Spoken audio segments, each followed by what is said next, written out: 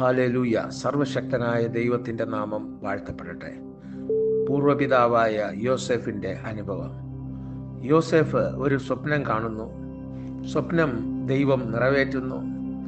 എന്നാൽ അവൻ്റെ ജീവിതത്തിലൂടെ നമ്മൾ പഠിക്കുന്ന പാഠം എന്തെന്ന് ചോദിച്ചാൽ, നന്മ ചെയ്യുന്നതിൽ മടുത്തു പോകരുത്.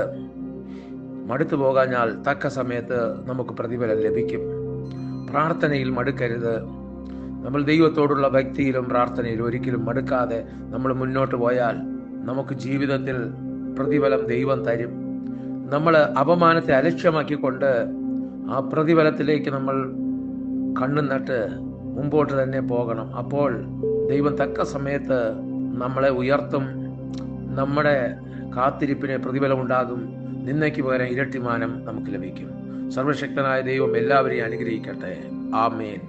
ഹല്ലേലൂയ.